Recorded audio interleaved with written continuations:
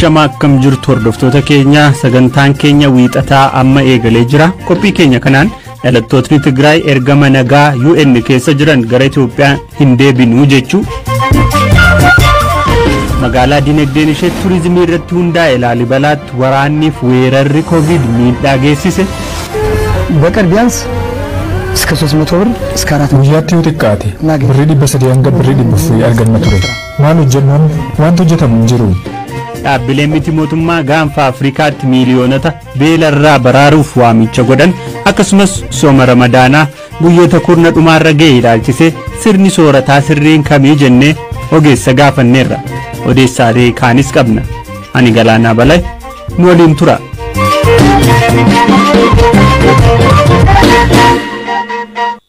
Dhalattoonni Tigraay naga eegsistoota UN ta'an Sudaan irraa gara Itoophiyaa hin deebinuu jedhan. Naga eegsistootni UN dhalattoota Tigraay dhibbaan lakkaa'aman sodaa nageenyaaf jecha Sudaan irraa gara Itoophiyaa hin deebinuu jedhu. Naga kabachiistotni kunniin bulchiinsa Sudaan Abiyyeetti kabobbaafamanii turanidha.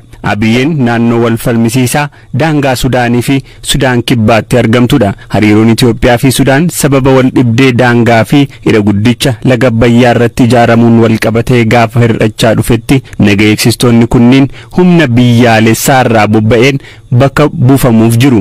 Dubbii himaan UN tokko akka mirkaneessetti gareen miseensota kanaa Sudaanitti eegumsi idil addunyaa akka godhamuuf gaafataniiru. Kanneen keessaa dhalataan Tigraay tokko waahillan isaa 500 ta'an kooluu galtummaa gaafachaa akka jiran himeera. Akka inni jedhutti sababa waraana Tigraay adeemaa jiruun yoo biyyatti ka deebi'an taate nageenya isaaniif sodaa akka qaban hima. Bara dabre keessas naga eegsistoonni Itoophiyaa naannoo Daarfuur Sudaan keessatti nagaa kabachiisuuf bobba'anii turan miidhaa irra ga'u sodaatanii gara biyyaa deebi'uu diduun isaanii ni yaadatama. Yeroo sanitti miseensonni loltoota Itoophiyaa nagaa eegsisuuf UN jalatti Sudaan kibbaatti bobba'an 15 ta'an gara Itoophiyaa deebi'uu hin barbaadnu jechuu isaanii AFP'n gabaasee ture.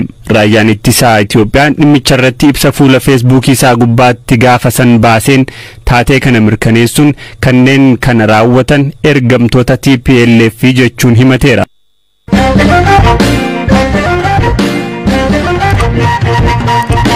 Dhaabbileen miti mootummaa ka idil addunyaa hedduun Itoophiyaa, Keeniyaa fi Somaaliyaatti miiliyoonota beelarraa oolchuuf waamicha taasisan. Asattamatti deeggarsiin argamu yoo ta'e lakkoofsi namoota fiixee beelarra argaman miiliyoona 14 irraa jiru gara miiliyoona 20tti guddachuu danda'a jedhu Hirphaa Gammachuu. Dhaabbileen gargaarsaa idil addunyaa 40 ta'an gaanfa Afrikaatti beelli kana caala hamaa ta'e osoo hin mudatiin uummata miliyoonaan tilmaamamu beelarraa oolchuudhaaf tumsi akka godhamu qabu waamicha dhiyeessan. Dhaabbileen gargaarsaa kunneen yeroo ammaa Itoophiyaa, Somaaliyaa fi Keeniyaa keessatti uummanni miliyoona 14 ta'u balaa beelaaf saaxilamuu ibsuun deeggarsa ariifachiisaan hin godhamu taanaan lakkoofsi miidhamtootaa gara miliyoona 20 akka ga'uu malu akeekkachiisaniiru. Dhaabbileen miti mootummaa kunneen ibsa kana kan baasan gamtaan Awurooppaa fi waajjira qindeessaa deeggarsa namoomaa dhaabbata biyyoota gamtoomanii waa'ee gogiinsa gaanfa Afrikaatti mudate irratti kibxata boruu eebila 26 bara 2022 walgahii gaggeessuudhaaf karoorsuun isaa erga dhaga'ameetiin sababii gogiinsaan beelaaf kan saaxilaman biyyoonni gaanfa Afrikaa jalqaba weerara koronaa vaayirasii achinis walitti bu'insa weerara waannisaa amma immoo sababii waraana Raashiyaa fi Yukireenitiin gatiin meeshaalee ol ka'uudhaan rakkoo hamaadhaaf saaxilamaniiru. Dhaabbilee akeekkachiisa kana baasan keessatti UNICEF, Christian Aid, Danish Refugee Council, Norwegian Refugee Council, Plan International fi Oxfam fa'aa ni argamu. Namoota miliyoona 14 gaanfa Afrikaatti beelaaf saaxilaman jedhaman keessaa walakkaan isaanii ijoollee akka ta'an himameera. Amma roobni naannoo isaaniitti eegamu irroobiin hafnaan qaala'insa jireenyaa mudate waliin rakkoo kana caala hamaan mudachuu akka danda'us akeekkachiisaniiru. Roobni osoo roobees rakkoo kana keessaa ba'uudhaaf ji'oota gaafachuu waan danda'uuf mootummoonni fi dhaabbileen kaan deeggarsa ariifachiisaa gochuu akka qaban himani. Sagantaan nyaata addunyaa bara 2020 keessa lakkoofsi namoota beelaaf saaxilamanii dhuma barichaatti miliyoona 14 irraa gara miliyoona 20tti guddachuu danda'a jedhee ture. Dhaabbileen deeggarsa namoomaa kennan Itoophiyaa, Keeniyaa fi Somaaliyaa keessa socho'an deeggarsa taasisuuf doolaara miliyoona 4.4 kan gaafatan ta'us maallaqni arjoomtota irraa argame garuu gahaa akka hin taane himameera. Somaaliyaatti deeggarsa namoomaa gaafatame keessaa kan argame harka 5 qofaadha. Kibba Itoophiyaa godina Booranaaf Gujii akkasumas Baale bakka adda addaatti gogiinsa mudateen horii miliyoonatti siqu dhumeera. Roobni kutaalee hongeen miidhe keessatti roobuu eegaluun abdii ta'us amma aanaalee godina Booranaa keessatti qonnaan bultoonni hedduun horii ittiin lafa qotatan dhabanii qonni waqtii kanaas jala darbuudhaaf jira.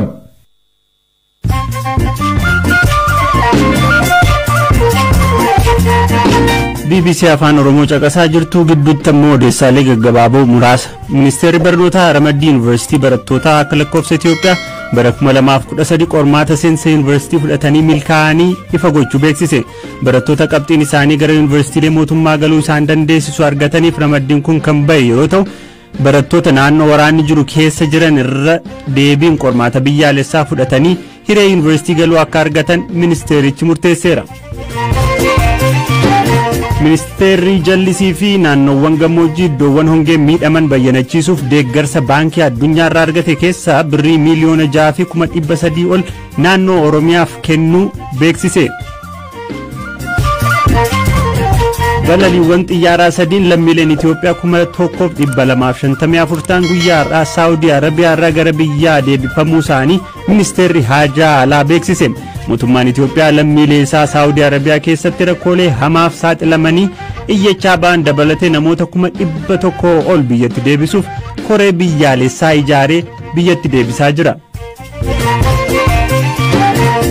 Emmanuel Macron filannoo pirezidantummaa dilbata gaggeeffameen morkattuu isaanii Le Pen mo'achuun marroo lammaffaa turtii waggaa 5f pirezidantii France ta'uun filataman. Macron filannicha sagalee parsantaa 58.55 argachuun yoo mo'atan, Le Pen parsantaa 41.4 argatte.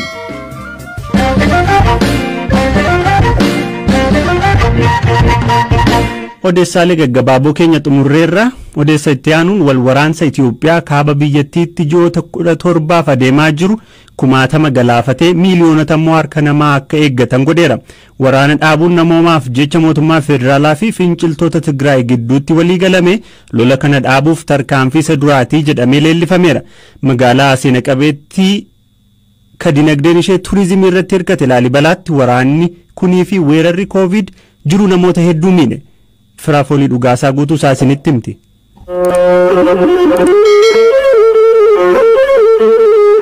Magaalaan Laalibalaa gaarreewwan kaaba Itoophiyaa keessatti kan argamtu yoo ta'u, bataskaanota dhagaa guddaa tokkorraa bocaman qabaachuun beekamti.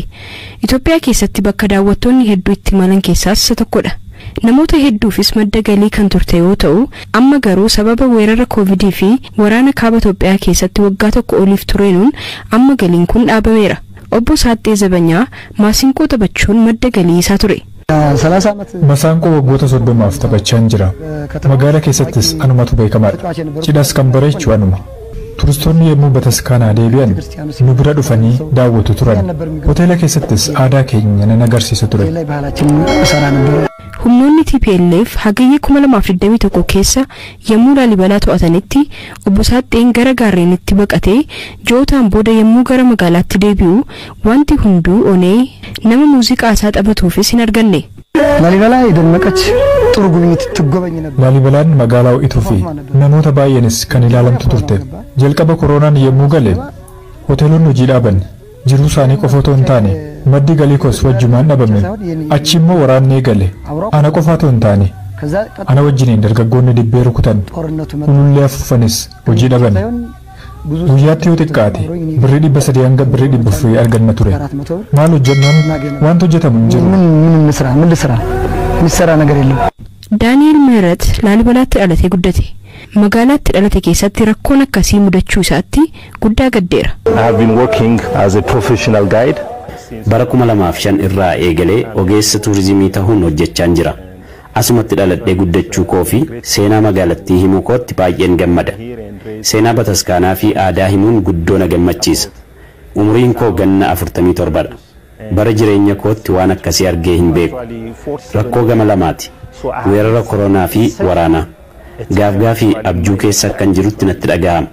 Gama galiin filannoon qabnu tokko turizimiidha. Guutummaa guututti sarratti hirkana. Qonnaan bulaan, daldalaan, namni hundi galii kan argatu turizimii irraadha. Haala kana arguu kootti nan gadda. Weerara Covid keessa kan ture ta'us waraanarra fooyya'aa ture. Waraana keessa ta'uurraa weerara Covid naa wayya. Waraanni walwaliinii Itoophiyaa gaaga'ama namoomaa addunyaa irratti hamaa ta'an keessaa isa tokko uume.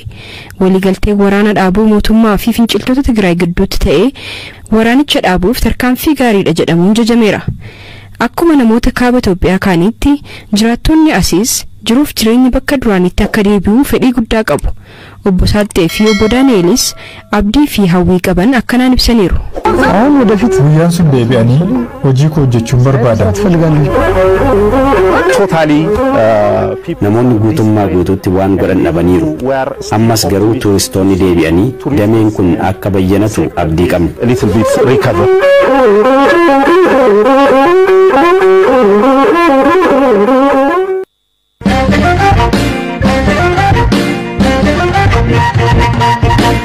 Ji'a Ramadaanaa kaamma guyyoota kurnan dhumaarra gahe biyyoota addunyaa garaagaraa keessatti yeroon soomaa adda adda ka hanga sa'aatii 20 soomanis jiru. Yeroo hanga kanaa nyaataaf dhugaatii malee turuun qaama namaa irratti dhiibbaa akkamii qabaata? Qaamni keenya akka miidhamneef akkaataan sirna nyaataa keenyaa fi sochiin qaamaa keenya maal ta'uu qaba?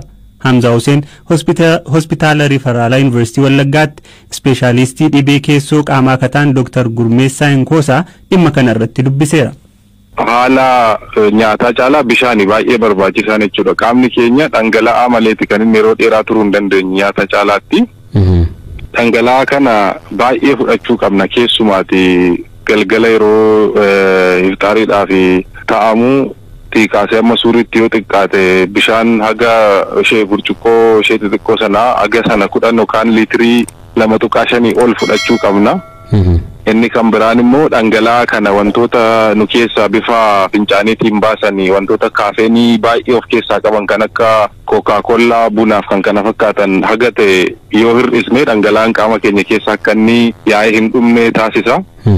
Inni kan biraan ammoo dhangala'aa negaati sa'aatii dheeraadhaaf keessumaa biyyoota tokko tokko keessatti dheerinni guyyaa dheerina halkanii caalaa yeroo itti dheeratu hin jira. Dheerinni guyyaa biyyuma keenya kanatti ammoo guyyaatu caala halkanirra sa'aatii dheerinni isaa jechuudha. Sa'aatii 24 keessa sa'aatii 15 sa'aatii 16 yeroo itti soomamu jiraachuu danda'a. Yeroo kana dhangala'aan qaama keessaa bifa dafqaa yaa'ee akka hin dhumnetti aduu keessa bakka ho'aa ooluurraa yoo dandeenya ta'e bakka gaaddisa qabu bakka bifa dafqaatiin qaama keenya keessaa dhangala'aa yaaseen fixnee nutuu dabarsinee bareedaadha jechuudha. Inni kun dhangala'aa ilaalchiseeti. Nyaata immoo yoo nyaata gaafa ilaallu immoo nyaatota anniisaa ga'aa qaban soorachuu qabna jechuudha. Keessumaa galgala gaafa yeroo afaxxarru nyaata anniisaa guddaa of keessaa qaban fakkeenya gaarii kan ta'u tamiirii akkuma amantaa islaamaatti yeroo baay'ee kanadha kan nyaatamu. Inni kun anniisaa baay'ee of keessaa qaba.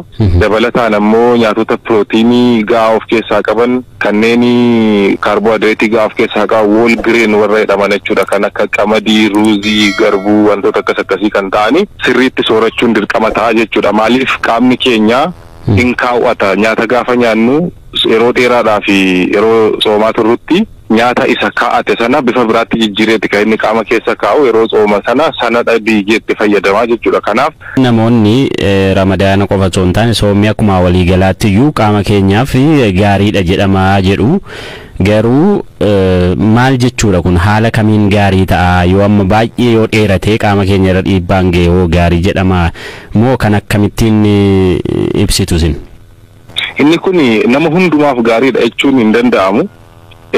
Qorannoowwan tokko tokko hin jiru. Haga ammaatti amma nuun akka saayinsii fayyaatti kan haasa'uu dandeenyu qorannoo garaagaraa hedduu keessa darbanii bifa gaayidlaayiniitiin yookaan immoo bifa kitaabaatiin ba'anii nam tokko fayyaa isaa eeggachuudhaaf kana gochuu qaba jedhamee itti rikomendi ta'uudha. Haga yoonaatti gaa sana keessa galee namni tokko fayyaa isaa eeguuf qofa soomuu qaba kan jedhu haga ammaan jiru. Garuu qorannoowwan hedduun akka agarsiisanitti soomni faayidaa fayyaa ni qabaata.